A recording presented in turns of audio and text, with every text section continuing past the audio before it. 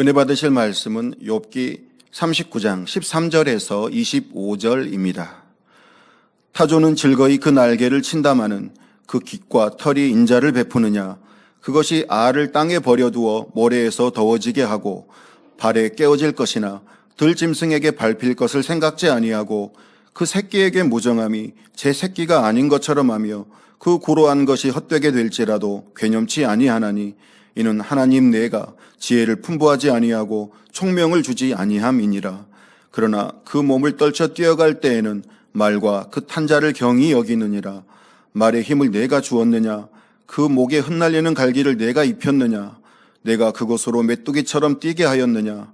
그 위험스러운 콧소리가 두려우니라. 그것이 골짜기에서 허위고 힘있음을 기뻐하며 앞으로 나아가서 군사들을 맞대 두려움을 비웃고 놀라지 아니하며 칼을 당할지라도 물러나지 아니하니 그 위에서는 전동과 빛난 작은 창과 큰 창이 쟁쟁하며 땅을 삼킬 듯이 맹렬히 성내며 나팔 소리를 들으면 머물러 서지 아니하고 나팔 소리 나는 대로 소소히 울며 멀리서 싸움 냄새를 맡고 장관의 호령과 떠드는 소리를 듣느니라. 심찬미 자매의 특성이 있습니다. 심찬미 자매는 예능위원회 소속으로 교회 각종 행사와 공연 시 솔로 및 중창으로 아버지 하나님께 영광 돌리고 있습니다. 오늘 드릴 특송곡은 만민찬양 40장 회상 2입니다.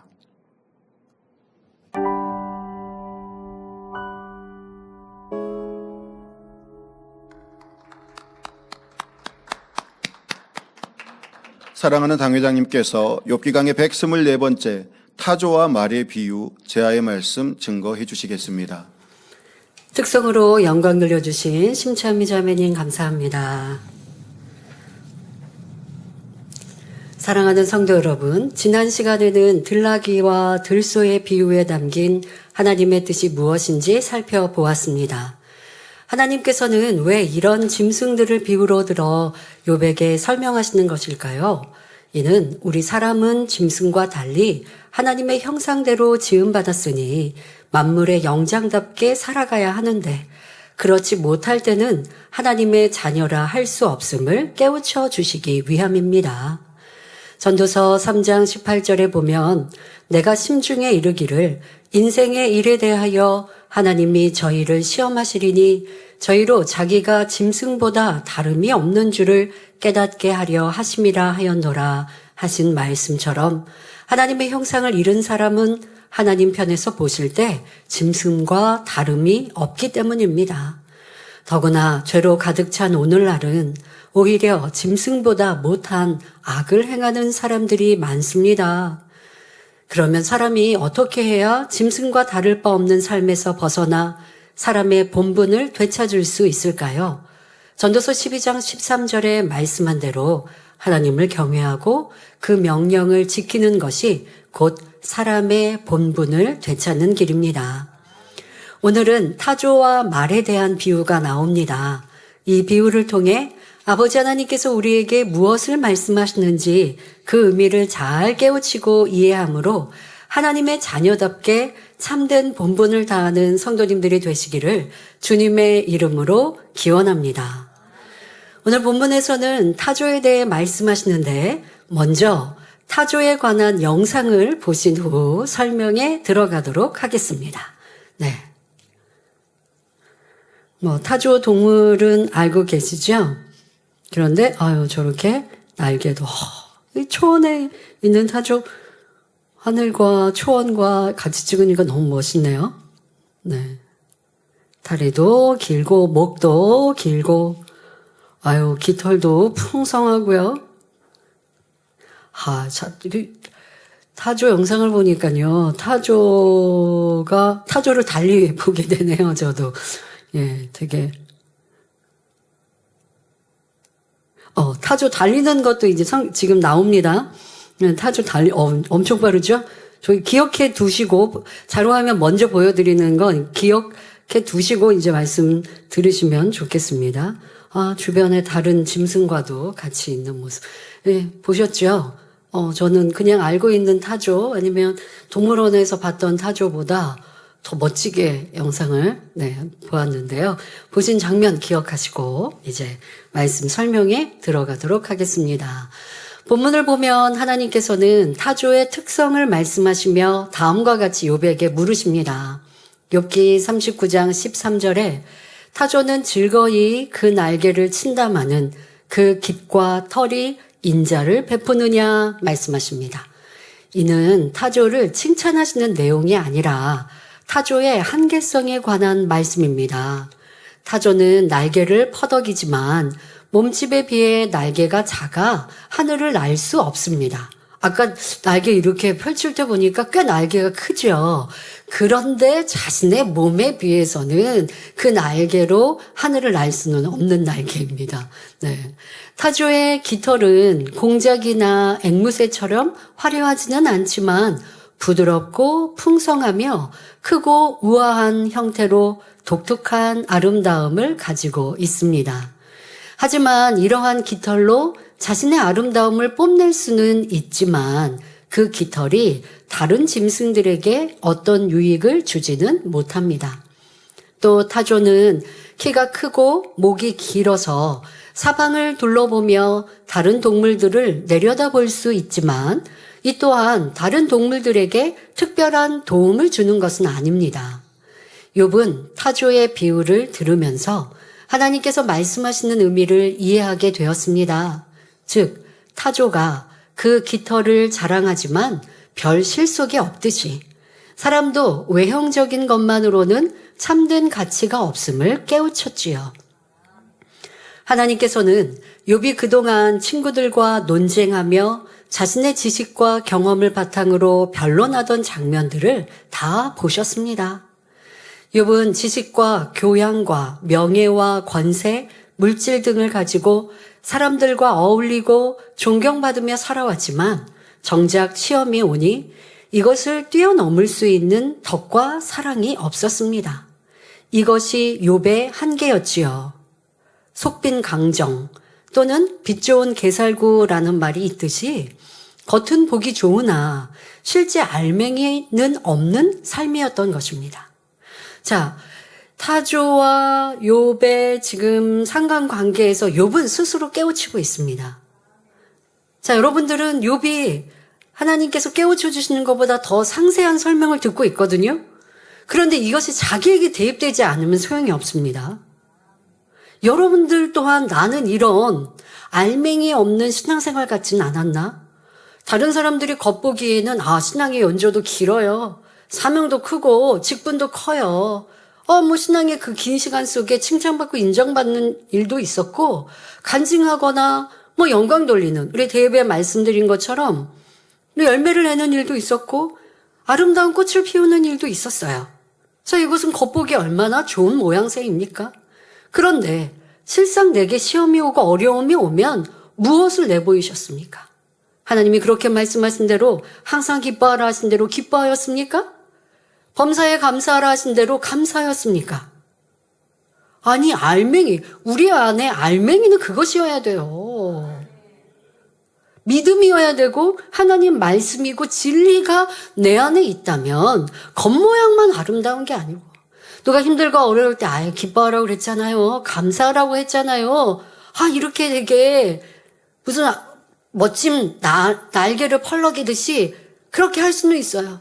그런데 실상 내게 공격이 오고 어려움이 오니까 내 안에 기쁨도 감사도 없고 불평이 원망이 나온다. 이거는 속담의 말처럼 빛 좋은 게살구였죠. 겉모양은 그럴듯했지만 실제 그 알맹이를 들여다보니 속이 비어있는 것이었다는 것입니다. 타조의 이러한 모습들을 통해 욥에게 깨우쳐 주실 때 내 모습은, 내 신앙생활은 내가 그만큼 직분이 있었고 사명이 있었는데 나는 어떠했는가 자신을 발견해야 합니다. 충만하고 열심히 있을 때는 말씀도 가르칠 수 있지만 실상 내게 오는 어려움과 시험 중에 가르친 대로 나는 행하였다면 그 사람은 겉과 속이 같은 사람. 그런데 그렇지 못하였다면 속이 비어있는 껍데기에 불과한 것이요. 아무런 유익도 자신에게나 남에게도 유익되지 않는 것이요. 하나님께도 칭찬받고 인정받을 수 없는 것입니다. 욥은 타조의 깃털처럼 겉으로는 화려한 위치에서 좋은 것을 누리며 많은 사람을 가르쳤지만 높은 귀족들도 그의 말을 듣기를 사모했지만 지금 내 모습은 어떠하냐? 너는 어떠했냐? 라고 깨우쳐 주십니다. 어려움에 빠진 사람들을 지혜로운 말로써 위로하며 연약한 사람들에게 힘과 용기를 불어넣어 준 적도 있었지요. 그렇게 평안할 때는 그리할 수 있었습니다. 그러나 막상 자신이 시험 환난을 당하니 깊은 절망에 빠져 자신의 생애를 저주하고 부모를 원망하며 하늘과 별, 달, 빛을 원망하는 것을 볼 수 있었습니다. 뿐만 아니라 친구들을 업신여기며 저주하는 말까지 나왔지요. 결국 그는 타조의 깃털처럼 겉모양은 화려했을지라도 정작 자기의 내면은 알맹이가 없었다는 사실을 깨닫게 됩니다. 하나님께서 욥에게 원하셨던 것은 단순한 지혜나 권세가 아니라 사랑과 덕이었습니다. 물론 욥은 일반 사람들에 비하면 덕과 사랑이 월등했지만 시험 환난 앞에서는 그 한계가 드러나고 말았습니다. 하나님께 인정받은 믿음의 선진들을 보면 어떤 시험과 환난을 겪는다 해도 하나님에 대한 사랑과 신뢰를 잃지 않았습니다. 하나님께서 아브라함에게 독자 이삭을 바치라고 하셨을 때 아브라함은 하나님 어찌하여 약속이 실어 주신 아들을 짐승처럼 잡아 번제로 드리라고 하십니까? 라고 원망하지 않았습니다. 그는 하나님의 선하심과 죽은 자를 다시 살리시는 하나님의 능력을 온전히 믿었기에 오직 예 하고 기쁨으로 순종했습니다. 또 모세는 하나님을 위해 그 백성들을 위해 어떤 고난도 마다하지 않았고 40여 년 동안 출애굽한 백성을 가나안 땅으로 인도하기 위해 헌신했습니다. 하지만 그는 가나안 땅에 들어가지 못할 것을 알면서도 하나님 앞에 조금도 원망 불평하지 않았습니다. 하나님의 뜻으로 받고 또 여호수아를 필두로 한 2세대가 그 가나안 땅, 축복의 땅, 내게 주셨던 약속을 이루어 주실 것을 믿고 그렇게 가르치시고 끝까지 그들과 헤어지는 그 시간까지 설명하시며 순종하는 이제 후세대로 만들어 들이셨지요. 하나님 나에게 주신 왜 약속의 말씀을 어기십니까? 그거는 내 약속인데 나에게 이루지 않으시면 하나님 이루신 거 아닌데요? 결코 그래 하지 않으셨죠. 하나님의 뜻을 그대로 받들어 아멘하며 더 멋지고 아름다운 열매를 내기까지 수고하셨습니다. 또 사도 바울은 복음을 전하다 감옥에 갇히고 수없이 매를 맞고 모진 고난을 당하면서도 결코 하나님을 원망하지 않았습니다. 일생을 이방인의 사도로서 충성하며 복음을 전하다가 때가 되어 순교하기까지 자신을 온전히 주님께 드렸지요. 하나님께서는 욥에게도 이러한 온전함을 원하셨습니다. 그러나 욥은 시험이 올 때 처음에는 감사했지만 어느 한계를 넘으니 원망, 불평이 시작됐습니다. 자, 이게 한계적인 신앙.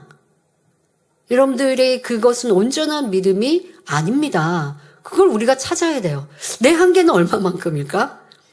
그런데 하나님이 원하시는 믿음의 선진들은 한계가 없는 것이죠. 그러니까 이 한계라는 건 육신의 생각이고요. 내게 오는 시험과 연단과 어려움, 그러니까 믿음의 단계에 따라 그 한계가 점점점 더 멀리 한계가 더 높아지는. 그래서 더 많은 것들은 참을 수 있어요. 그러나 참다가 이것만 더 이상은 안 돼. 그 한계에 도달했을 때 폭발해 버린다면 이 또한 온전하다 인정받을 수 없는 것입니다. 그러기에 하나님께서는 욥을 연단하실 수밖에 없었던 것이지요. 만약 욥이 자녀와 재산을 잃었을 때 하나님을 원망하지 않았던 것처럼 악창으로 자신의 몸이 고통스러울 때도 변함없이 하나님께 감사하는 마음이었더라면 어땠을까요? 그리고 친구들이 찾아와 위로해주며 너의 죄 때문에 하나님께서 너를 치신 것이다 라고 말했을 때 욥이 사랑과 덕을 갖추고 그래 아마 내게 문제가 있을 것이야.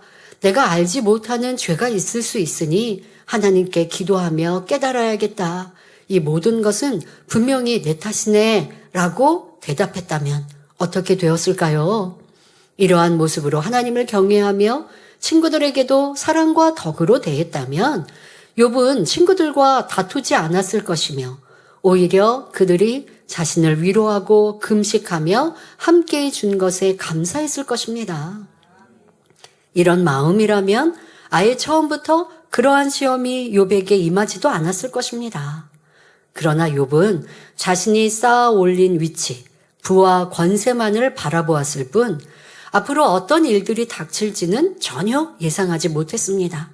자신이 일군 것들에만 집중한 나머지 자신을 돌아볼 수 있는 여유가 없었지요.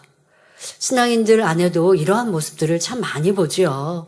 시험과 어려움이 올 때 지금까지 내가 어떻게 신앙생활했는데 왜 이런 어려움이 왔지? 이렇게 말하는 사람들을 참으로 많이 봅니다. 지금 우리 사람은요, 자기를 굉장히 보호하고 사랑합니다. 그래서 내가 수고하고 애쓴 것을 크게 생각해요. 근데 하나님은 수고하고 애쓴 걸 아시지만 나를 온전케 하시고자 혹여 작은 잘못도 버리라고 말씀하세요. 그런데 이거는 사실 작은 거 아닙니다. 흠인데요, 티인데요? 라고 한들 작다 여기면 더 아름다운 천국 처소를 침노할 수 없죠. 변화되고 겸비한 사람은 흠과 티를 할지라도 그것이 너무 죄송하고 민망하게 회개하게 됩니다. 여러분, 깨끗하고 하얀 옷에 제가 이렇게 지금 고운 색깔의 옷을 입고 있는데 또 앞판은 하얀색이죠. 여기에 김치 국물이 그냥 톡 하고 떨어지면 이걸 입을 수 있을까요? 이거 못 입어요. 도리어 하얗기 때문에. 까만색 옷, 어두운 색의 옷에는 묻어도요, 잘 보일까 말까 하기 때문에 그냥 뭐 집에 가서 빨지 할 수 있을 거예요. 그러나 깨끗할수록 점 하나가, 티 하나가 더 크게 보이고 도드러지는 것입니다. 이것이 하나님이 원하시는 마음가짐이에요. 그런데 우리는 이거 작은데요? 이거 별거 아니잖아요. 저 사람보다 내가 낫잖아요. 자꾸 이렇게 기준하시는 분들, 이거 마음의 할례 멈추겠다는 것밖에 안 됩니다. 비교 기준은 하나님 말씀. 주님의 선과 사랑이지, 저 사람보다, 이 사람보다 이렇게 비교하는 것도 아니 될 것이고, 또 이것은 작은 거 아니에요? 왜 그런다고요? 자기를 사랑하기 때문에. 이렇게 많이 충성하고 수고하고 심고 헌신하고 하는데 이 정도는 이라고 할 때는 그것 버리라고 주시는 연단을 기쁨으로 감사함으로 받지 않습니다. 왜 이런 연단이 왔나요? 왜 이렇게 어려움을 주시나요? 하고 결국 하나님을 원망하거나 원망하지 않더라도 겸비히 자기를 낮춰 변화되는 속도가 더딘 것을 봅니다. 이것이 바로 여러분들 자기를 사랑하는 모습에서 나오는 어리석임을 알아야 합니다. 자신을 돌아보지 못하는 사람은 자신의 잘못된 것이라 한다 할지라도 깨우치지 못합니다. 그러다 보니 욥 같은 경우도 자신의 덕과 사랑도 어느 한계를 넘어서지 못하죠. 그러니까 그 정도, 욥에 하나님의 칭찬이 나옵니다. 그러니까 욥도 또 친구들도 이 연단의 시간 동안 자신의 삶을 계속 되돌아보죠. 그러니까 욥은 자신의 삶을 되돌아볼 때 내가 무엇이 잘못되었나 되돌아보는 게 아니라 이렇게 잘하였는데 라고 이제 그것을 드러내기 위해서였지만 사실인 것을 말하는 것도 있습니다. 가난한 자, 고아와 과부를 돌아보고 내 지식 없이 어려움을 당하는 사람을 도와주는 이러한 욥이었어요. 이럴 때는 덕이 있는 것 같았으나 그러나 한계에 부딪히니 그것을 넘어서지 못합니다. 그 이상은 쌓을 수 없었던 것입니다. 그런데 믿음의 사람들은 어떻게 하는 줄 아십니까? 내 한계에 누구나 다 자기의 그릇, 자기가 담을 수 있는 마음 그릇이 있죠. 온영으로 들어가면 들어갈수록 그 한계가 점점점 멀어지면서 마음 그릇이 커지는 거고요. 자, 이렇게 해서 우리는 계속하여 아버지 형상을 담기 위해서 달려가지 무엇을 이루었다, 되었다 할 수는 없습니다. 그런데 혹여 만약에 내가 0으로 들어갔고 온영으로 들어갔는데 내가 전에는 50밖에 품지 못한 사람이 이제는 예를 들어서 500을 품을 수 있다고 봅시다. 100배나 이렇게 늘었다고 봅시다. 자, 이제 50을 품었던 사람이 500 하면 이제 10배네요. 네. 이렇게 품을 수 있는 사람이 되었다고 봅시다. 자, 그렇게 되었다 할지라도 500개, 한계가 다다르는 시험을, 테스트를 하나님이 허락하실 수 있어요. 왜? 그것도 깨트리라는 거죠. 믿음의 선진들은 그 한계에 부딪힐 때 한계라는 걸 느끼지만 거기에서 안 돼요. 힘들어요. 하나님 왜 그러셨어요? 내가 이렇게 충성하고 하나님 사랑했잖아요. 이렇게 말하지 않아요. 한계에 부딪히면 이걸 이겨야 돼. 이걸 내가 넘어서야 돼라고 도전하는 것. 이것이 진정한 믿음이요. 하나님의 사람들입니다.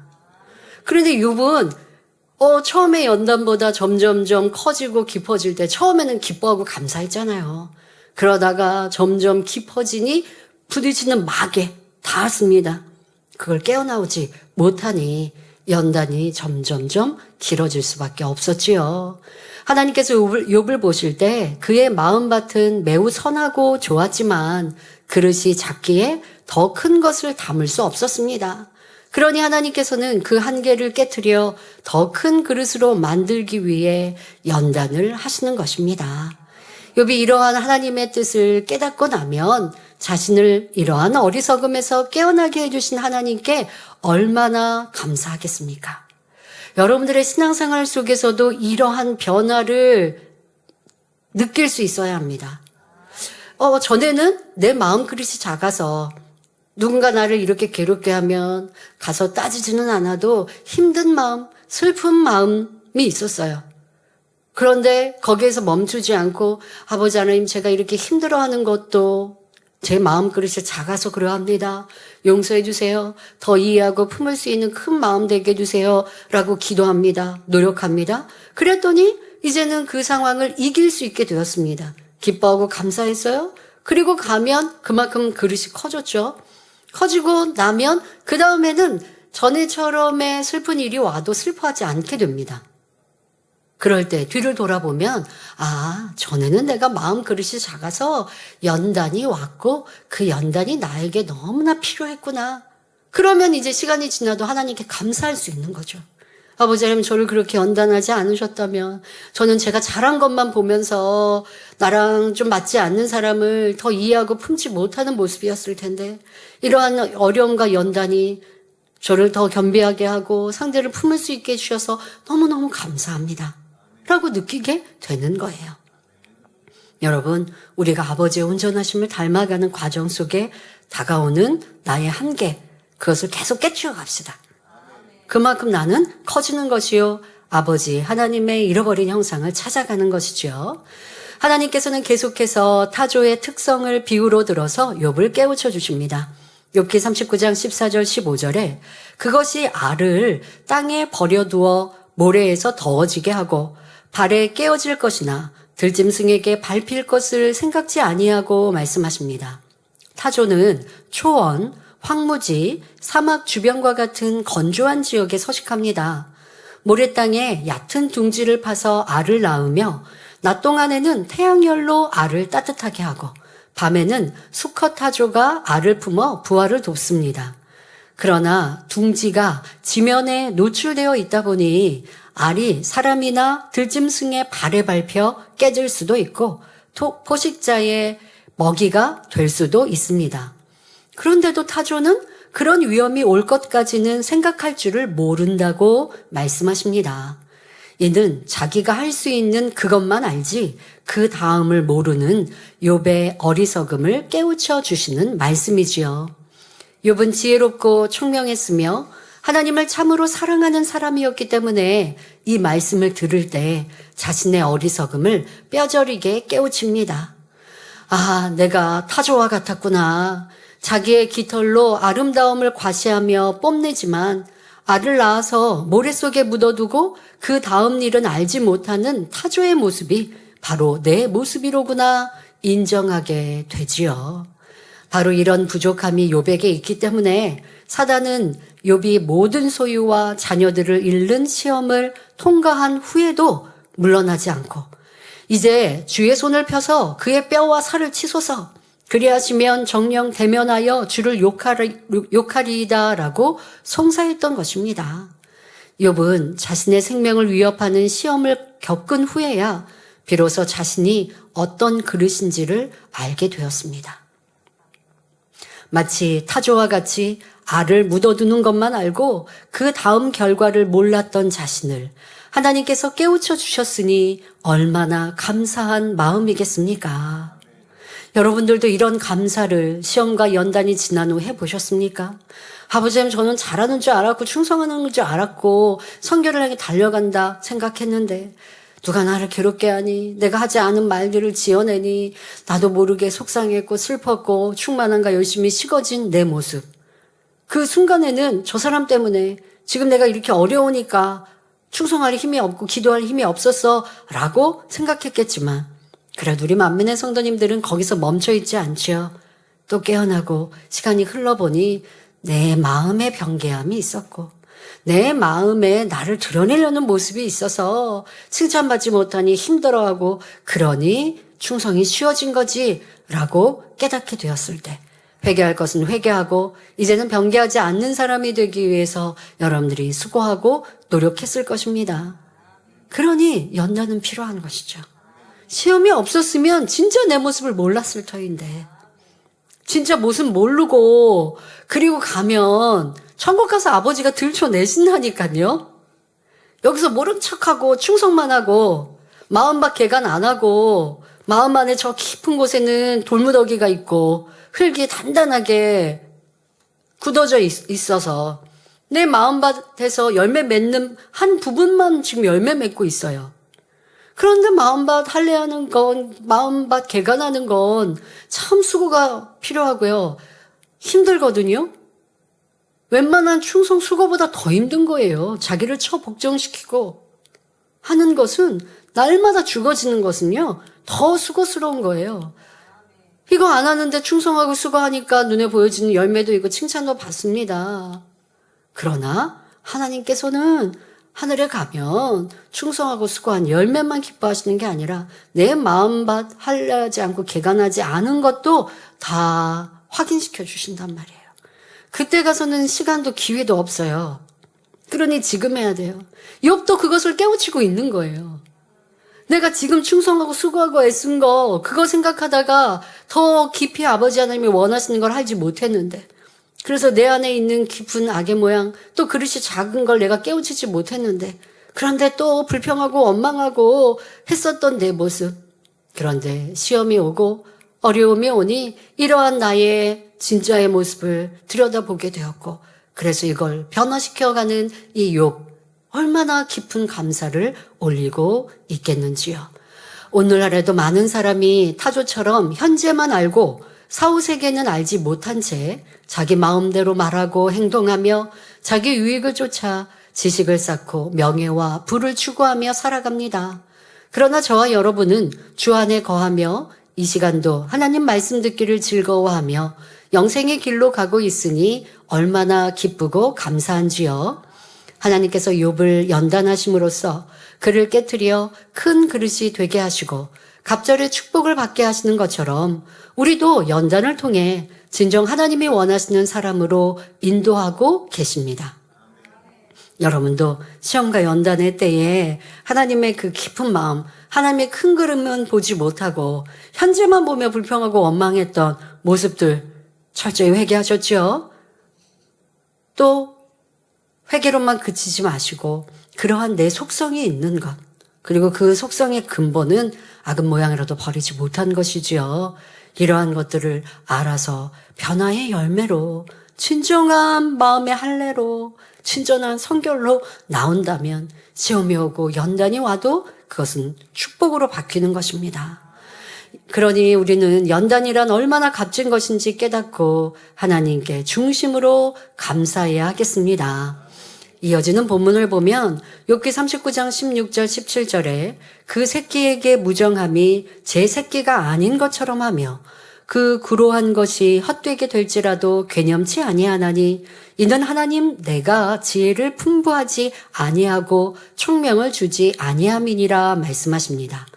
여기서 구로란 자식을 낳아서 기르느라 힘이 들고 애를 쓰는 것을 말하고 풍부하다라는 말은 선천적으로 타고나다, 천부적으로 주어지다라는 의미입니다. 타조는 자기가 낳은 새끼를 마치 자기 새끼가 아닌 것처럼 무정하게 대하고 자기가 힘쓰고 애써 낳은 보람이 없어진다 해도 신경 쓰지 않는다고 말씀하십니다. 알을 낳았으면 품고 지키며 보호해야 하는데 모래땅에 방치하고 떠나는 타조의 모습을 설명하시는 것이지요. 그런데 이는 하나님께서 선천적으로 타조에게 지혜와 총명함을 주시지 않았기 때문이라고 말씀하십니다. 타조의 가치는 그것밖에 되지 않으므로 바로 짐승이므로 이런 한계에 이르게 하셨다는 것이지요. 그러나 우리 사람에게는 지혜와 총명을 주셨으므로 깨우칠 수 있음을 말씀하십니다. 즉, 욥아, 너는 타조와는 달리 지혜와 총명함이 있어서 내가 이렇게 하면 이렇게 되고 저렇게 하면 저렇게 된다는 것을 깨우칠 수 있지 않느냐라고 묻고 계시는 것입니다. 욥은 이 말씀을 들으면서 만물의 영장답게 살기를 원하시는 하나님의 마음을 깨우칠 수 있었습니다. 하나님은 우리 사람을 다른 동물과는 달리 하나님의 형상을 따라 창조하셨습니다. 그러므로 우리가 주어진 환경 속에 한계적인 삶을 사는 것이 아니라 원대한 꿈과 비전을 가지고 창조적이면서 발전적인 삶을 살아가길 원하십니다. 즉, 내 생각이 아닌 하나님의 마음과 뜻에 맞추고 이 땅의 것에 마음 두지 말고 천국에 마음을 두며 천국 백성답게 살아가는 우리가 되기를 바라시는 것입니다. 여러분, 타조가 자기 알을 낳았고 그리고 알을 품어서 새끼를 낳고 하는 데 있어서 사람이라면 얼마나 10달 품어 낳은 자녀를 소중히 출생하는 것뿐 아니라 키워갑니까? 이것은 하나님께서 우리에게 주신 지혜인데, 그런데 그리고 근본의 마음인데 타조에게는 그런 지혜를 주시지 않았다라고 말씀을 하시는데요. 그뿐 아니라 여러분들은 어떤 지혜로 천국을 소망하는 사람이 되었는지, 아니면 지혜 없는 자, 이 짐승과 다를 것 없이 그냥 이 땅의 것 현재만으로, 현재의 감정대로 짜증하고 혈기하고 불평하고 죄악 가운데 살다가 그 결과는 분명 나에게 큰 해가 되고 또 하늘의 심판에서는 무서운 지옥 아니면 상급도 다 잃어버리는 이러한 심판이 내게 주어질 것, 내일, 나중은 알지 못하고 생각지 않고 현재의 그냥 감정대로 짜증나고 혈기하고 불평하고 싸우고 다투고 있는 이런 어리석음. 하나님이 창조하신 사람과 같지 않고 왜 짐승과 같으냐라고 말씀하고 계십니다. 나는 어떠했는가? 나의 신앙생활은 어떠했는가? 우리는 꼭 돌아보아야 합니다. 골로새서 3장 1절 2절에 그러므로 너희가 그리스도와 함께 다시 살리심을 받았으면 위의 것을 찾으라. 거기는 그리스도께서 하나님 우편에 앉아 계시느니라. 위의 것을 생각하고 땅의 것을 생각지 말라 하신 말씀처럼 짐승은 땅만 보고 살며 먹을 것을 찾기에 온 힘을 다합니다. 하지만 우리 사람은 하늘을 바라보며 우리를 만드신 분, 창조주를 찾으며 그 뜻대로 살기를 힘써야 하는 것입니다. 나는 진정 그리하고 있는지. 욥이 타주를 통해 이러한 것을 깨달았는데 우리도 깨우쳐 하나님의 기뻐하시는 자녀가 되어집시다.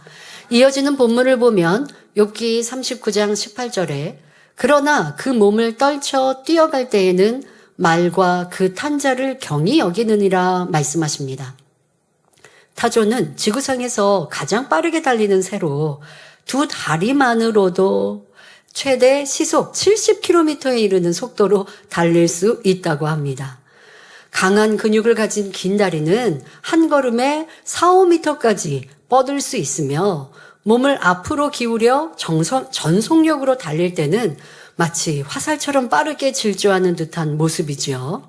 제가 어떤 영상에서요, 저 타조가 이 도로로 침범을 한 거예요. 도로로 침범을 하니까 이제 경찰차나 이런 경찰차가 어떻게 하든 이 타조를 안전한 곳으로 유도하려고 하는데요. 너무나 빠르기도 하고 잘도 저 얇은 다리로 비껴가니까요. 경찰차가 어떻게 못하더라고요. 애먹는 그런 영상도 보았습니다. 지금 달리는 모습이 얼마나 시원스럽게 빠르게 질주를 합니까? 자, 그래서 본문에 타조가 뛰어갈 때는 말에 탄 사람도 경히 여긴다. 즉, 우습게 여긴다고 말씀하시는 것입니다. 이는 타조의 교만함을 나타내는 말씀입니다. 하나님께서는 이 말씀을 통해 욥이 타조처럼 앞뒤를 생각지도 못하면서 남을 우습게 여겼다는 사실을 깨우쳐 주고 계십니다. 우리 사람은 한치 앞을 내다볼 수 없으며 다른 사람의 중심을 알 수 없기에 하나님께서는 남을 비방하지 말고 미워하지 말며 수군거리지 말라고 말씀하셨습니다. 그러므로 우리는 남을 업신여기고 수군수군하고 판단하고 비판할 자격이 없음을 알아야 합니다. 여러분, 우리 이솝우화 많이 들었던 내용 중에 토끼와 거북이 있지 않습니까? 빠른 토끼가 거북이를 무시합니다. 아유, 너는 내가 그냥 몇 발자국 가면 저만큼 가 있는데 너는 한참 걸리잖아. 라고 무시합니다. 하지만 토끼와 거북이가 경주했을 때 토끼가 저만큼 중간쯤 결승전이 너무 쉽게 눈앞에 보이니까 좀 쉬면서 오지. 거북이는 저 밑에서 천천히 오니까 내가 잠깐 쉬고 일어나도 저 거북이쯤이야 뭐 넉넉히 이길 거야. 교만함으로 인해 쉬다가 거북이가 내 옆을 지나가는 줄도 모르고 쿨쿨 잠만 자다가 결국 내가 무시했던 거북이에게 경주에 졌다라는 이솝우화가 있지요. 이 자만심, 교만함, 이것이 사람을 패망케 하는 것입니다. 이러한 마음이 없다면요, 내가 남을 알지도 못하면서 판단하지 않을 것이고 수근수근할 수 없는 것입니다. 내가 상대의 마음 중심을 알지 못하는데 어떻게 남의 말만 듣고 판단하고 정죄하겠습니까?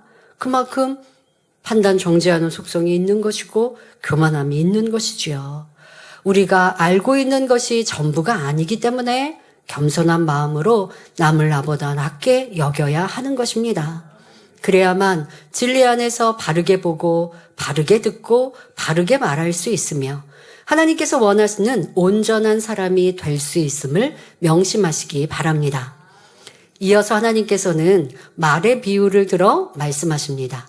자, 말에 관한 자료 화면 보시겠습니다. 네, 말이 저렇게 빨리 달려가는 모습.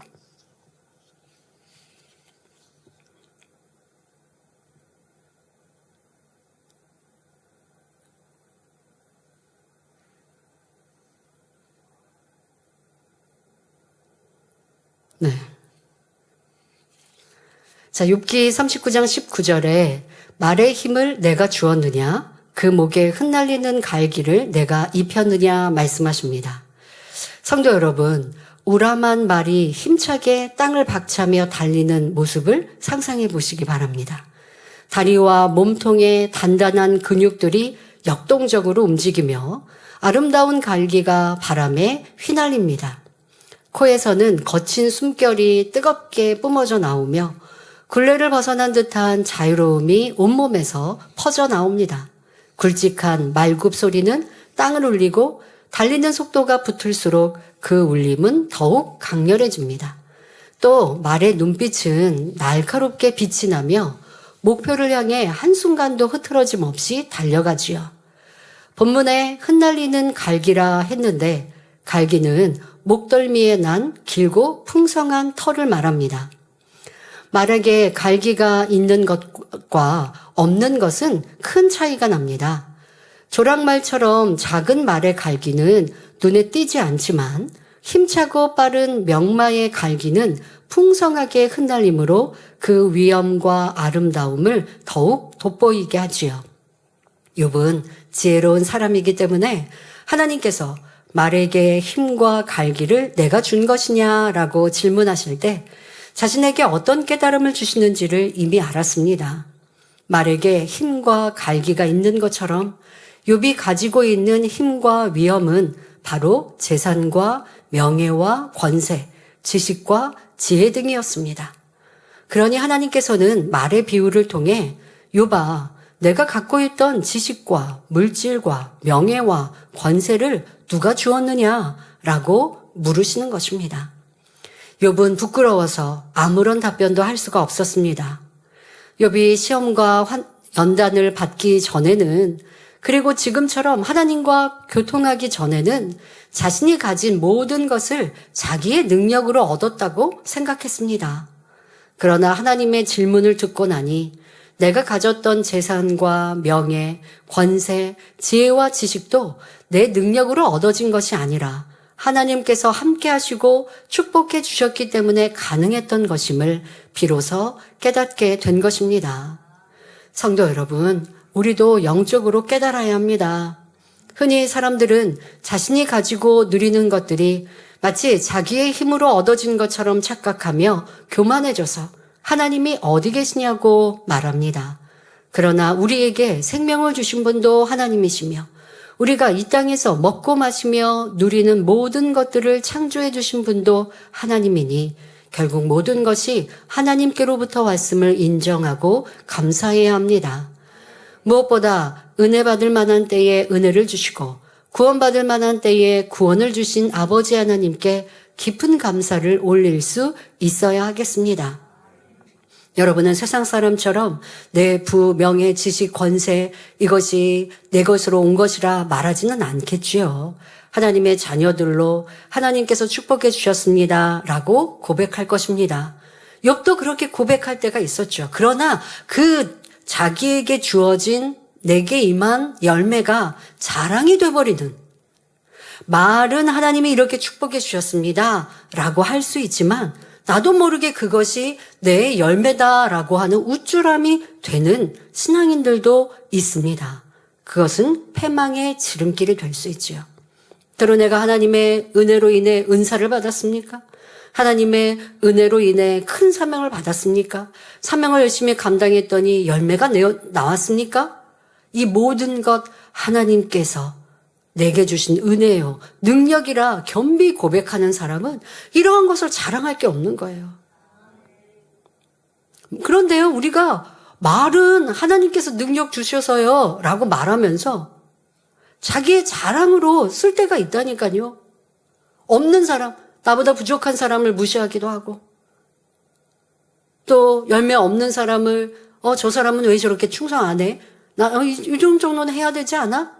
내가 하는 것, 내 힘으로 한 것처럼 하지 못하는 사람을 낮추어 보고 무시하는 모습, 그건 하나님의 능력으로 했다라고 말하는 겸비함이 아닌 것이죠.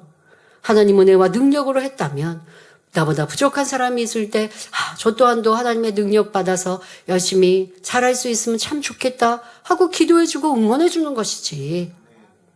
그런데 내게 주어진 은사가, 내게 주어진 은혜가, 내게 주어진 능력이 나로 인함이라 시간이 흐르면서 착각하고 교만해지는 이런 사람은 쓰임받고 버릴 수밖에 없는 것입니다. 이어지는 본문을 보면 욥기 39장 20절에 내가 그것으로 메뚜기처럼 뛰게 하였느냐 그 위험스러운 콧소리가 두려우니라 말씀하십니다. 말은 육중한 몸으로도 메뚜기처럼 가볍게 뛰어갑니다. 말이 머리를 쳐들고 콧소리를 내면 그 소리가 매우 커서 위풍당당하게 느껴지지요. 드라마나 영화, 사극 이런 데에 말이 등장하고 말이 콧소리를 낼 때 들어보신 적 있으시지요? 네. 그런 때 보면 아주 깜짝 놀라기도 하고 또 그러한 콧소리를 내는 것이 지금 무언가 말이 돌진하기 위해 앞으로 뛰어나가기 위한 그런 흥분된 모습을 표현하기도 합니다. 하나님께서는 이렇게 지금 말의 모습을, 위풍당당한 이러한 모습을 말씀을 하시는데요. 이것이 칭찬하시는 것이 아닙니다.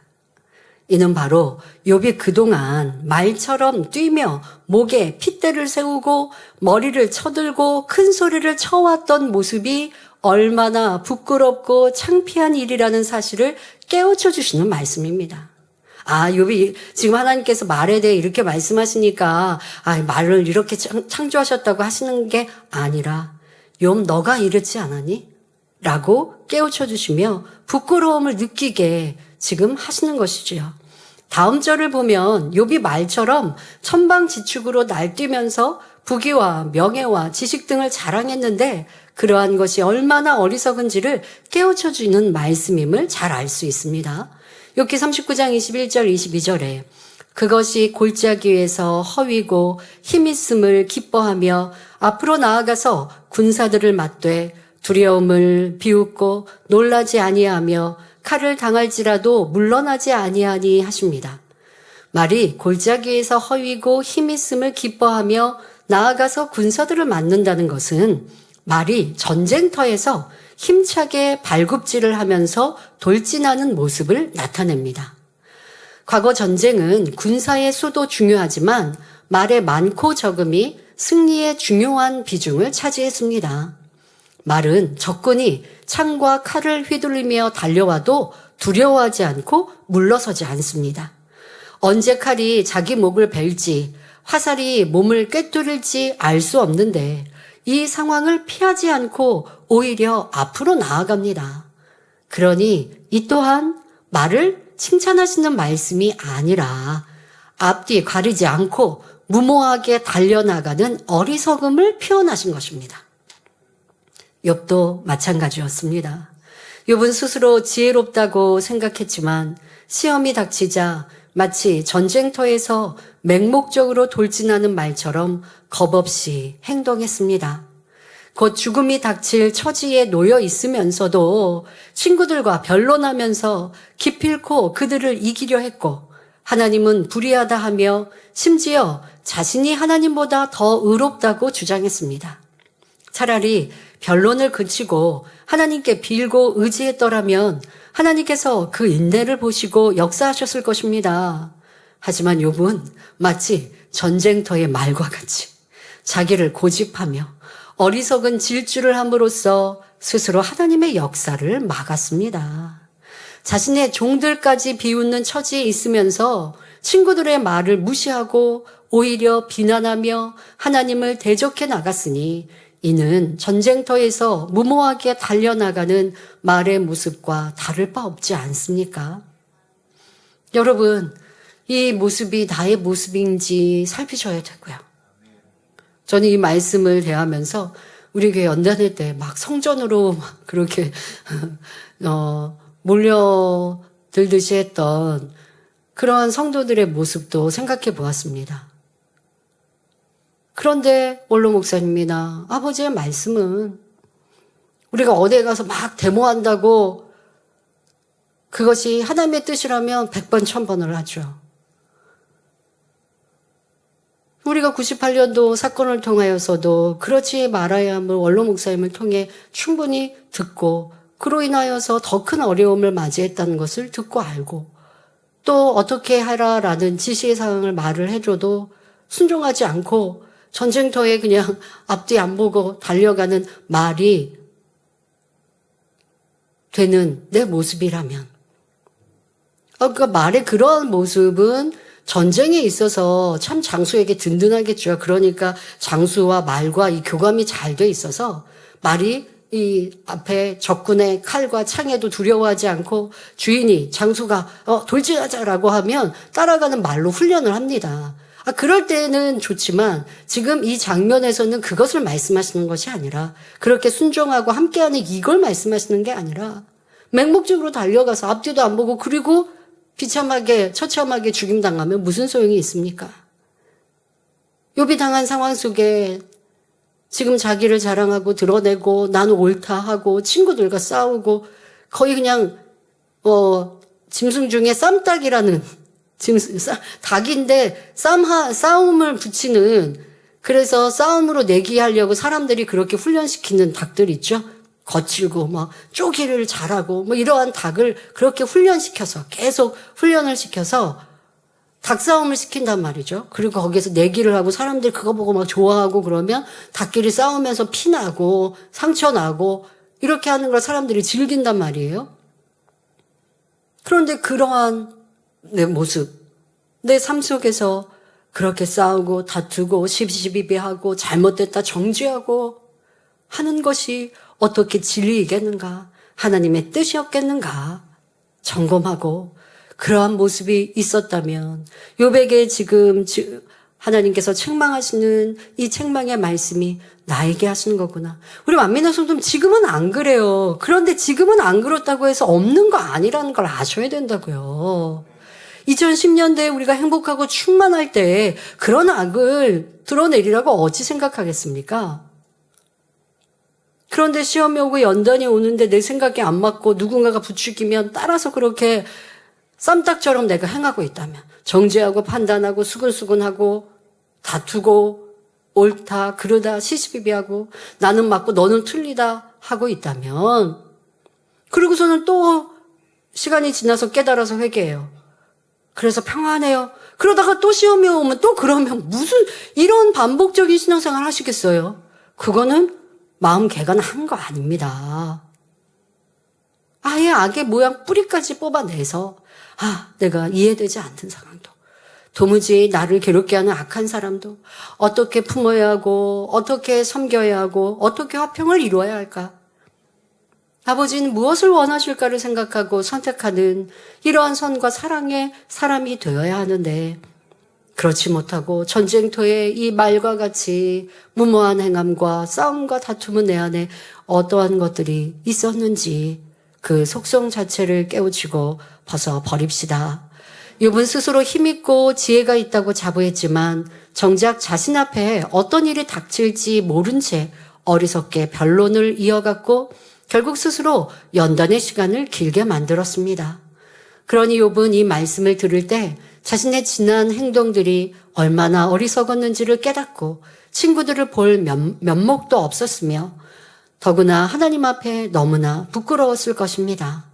우리는 이 말씀을 통해 무엇을 깨우쳐야 할까요? 진정한 지혜는 사람의 힘과 능력에서 오는 것이 아닙니다. 겸손히 하나님의 인도하심을 구하며 진리 안에서 올바르게 상황 판단을 함으로써 잘 대처하는 것이 참된 지혜임을 알아야 하겠습니다. 그러기 위해서는 깨어 기도하여 성령의 음성 인도를 받아야 하며 무엇보다 진리를 선택해야 합니다. 아직 온전히 성령의 역사를 받지 못하더라도 하나님의 말씀을 기준하여 선택하면 결코 틀릴 일이 없지요. 하나님의 말씀, 판단 정죄하지 마라, 싸우지 마라, 다투지 마라, 시시비비하지 마라, 혈기내지 마라. 명백한 육체의 일만도 생각해보면 그렇게 안 하면 무모하게 전쟁터에 죽임당하는 그러한 일은 없는 거지요. 이렇게 여러분들이 나는 성령의 음성 못 들어서요. 누군가 말해주는데 그 말에 나는요 치우쳤고요 할 게 없는 거예요. 내 안에 왜 진리가 없는가? 하나님 말씀이 하라, 하지 말라, 버리라, 지키라 하신 기본적인 이 행함을 나는 어떻게 무시했는가, 지켜 행했는가 돌아보시면 되고 이제는 그 말씀을 기준 삼아 결정하고 행하십시오. 많은 성도들이 시험과 연단이 오면 현실을 보고 불평 원망하며 짜증하고 혈기내며 악을 행하니 전쟁터에서 좌우를 분별하지 않고 내달리는 말과 같은 것입니다. 이어지는 본문을 보면 욥기 39장 23절 25절에 그 위에서는 전동과 빛난 작은 창과 큰 창이 쟁쟁하며 땅을 삼킬 듯이 맹렬히 성내며 나팔 소리를 들으면 머물러 서지 아니하고 나팔 소리 나는 대로 소소히 울며 멀리서 싸움 냄새를 맡고 장관의 호령과 떠드는 소리를 듣느니라 말씀하십니다. 이는 맹렬한 싸움이 일어나는 전쟁터에서 말의 모습을 생생하게 묘사하신 말씀입니다. 달리는 말 위에서는 용사들의 전동, 화살통이 덜컥거리며 단창과 긴 창들이 햇빛을 받아 번쩍입니다. 옛날에 나팔 소리는 전쟁의 시작과 전투의 긴박함을 알리는 신호로서 군사들에게 싸움을 준비시키고 공격을 명령하며 지휘관의 명령을 전달하는 중요한 역할을 했습니다. 말은 이 나팔 소리를 들으면 본능적으로 흥분하며 성난 듯 땅을 박차면서 내달립니다.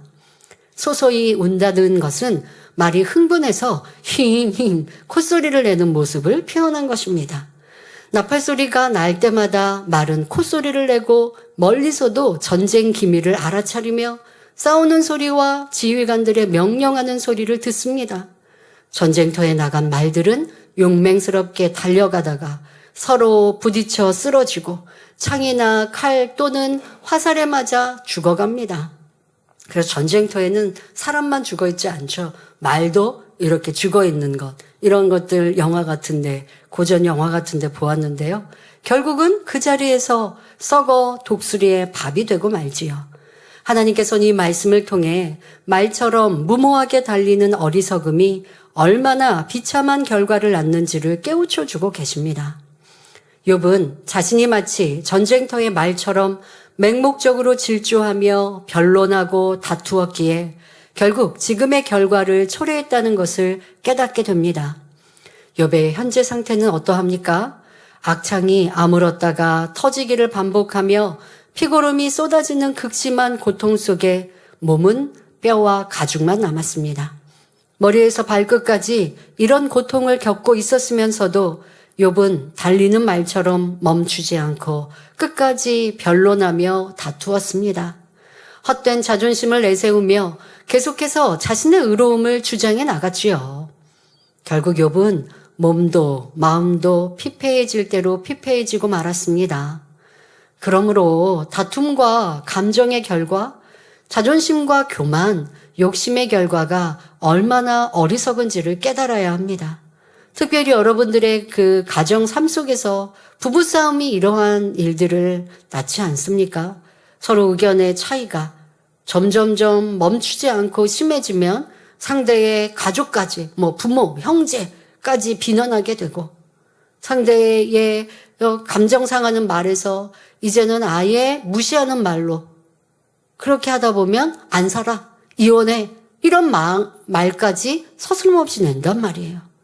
지금 그 상황, 여러분들이 아직도 그런 부부싸움이 있거나 아직도 누군가와 서로 옳다 그르다 싸우고 있다면 전쟁터에 앞뒤 안 가리고 무모하게 내달리는 이 말, 그 결과는 뭐라고요? 죽음에 이르는 이러한 상황을 나는 초래하고 있지 않는지 살피시기 바랍니다. 하나님 앞에 이해되지 않는 일에 대해 불평하고 원망하는 것도 명백한 하나님의 말씀에 대해서 지켜 행하지 않으면 그 결과 또한도 때로는 내 몸의 질병으로 내게 화로 임하는데 그 내일을 알지 못하고 당장의 내 유익대로 행하는 것이 얼마나 어리석은지 알아서 현재의 내 모습, 아니 과거에 그리했던 모습들도 이제 다시 한번 마음 중심으로 찾아 회개하고 어떠한 죄의 담도 남기지 마시기를 바랍니다. 누군가와 변론할 때 한 사람이 삿대질하며 큰 소리로 누른다 해도 마음이 너그럽고 큰 그릇을 가진 사람이라면 맞대응하지 않고 웃음으로 넘길 수 있습니다. 그러면 이때 누가 이긴 것입니까? 진리 안에서 감정을 내지 않고 평온을 유지한 사람이 이긴 것입니다. 그 사람은 진리대로 행했기 때문에 여전히 충만할 것이며 기쁨과 감사가 넘칠 것입니다. 진리는 우리에게 지는 자가 이기는 자라고 말씀합니다. 그러므로 전쟁터의 말처럼 어리석게 행동하지 말고 빛의 자녀, 하나님의 자녀, 천국의 백성들답게 선으로 악을 이기는 지혜로운 성도님들이 되시기를 바랍니다. 결론을 말씀드립니다. 사랑하는 성도 여러분, 오늘은 하나님께서 욥에게 깨우쳐 주시는 말씀 가운데 타조와 말의 비유를 살펴보았습니다.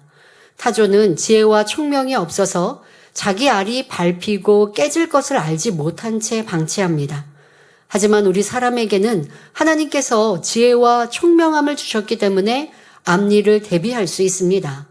전쟁터의 말은 눈앞의 위험을 인식하지 못한 채 무모하게 질주하다가 결국 창이나 칼에 찔려 쓰러지고 맙니다.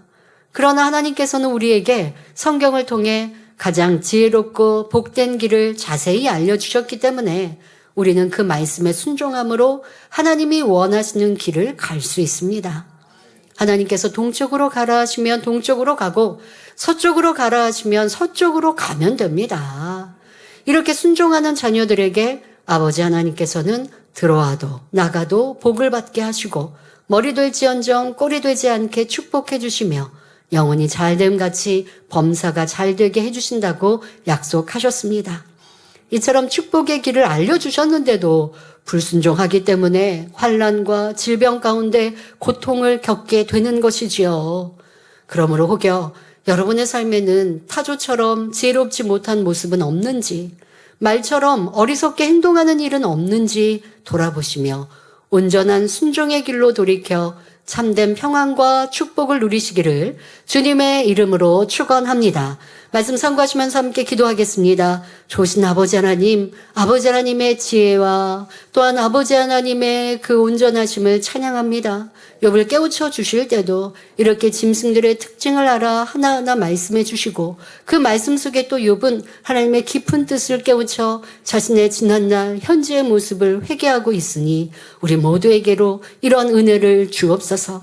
지난날 내가 무모한 말과 같이 전쟁터의 말과 같이 돌진하지는 않았는지 싸우고 다투기를 즐겨하고 시시비비하고 혈기내며 판단 정지하면서도 자신의 잘못을 깊이 깨달지 못하였다면 이제는 철저히 회개하며 그런 악은 모양이라도 버려 하나님의 기뻐하시는 뜻만을 쫓아 순종하는 아름다운 하나님의 참자녀가 되게 하여 주옵소서. 감사드리며 우리 주 예수 그리스도의 이름으로 기도하옵나이다. 아멘.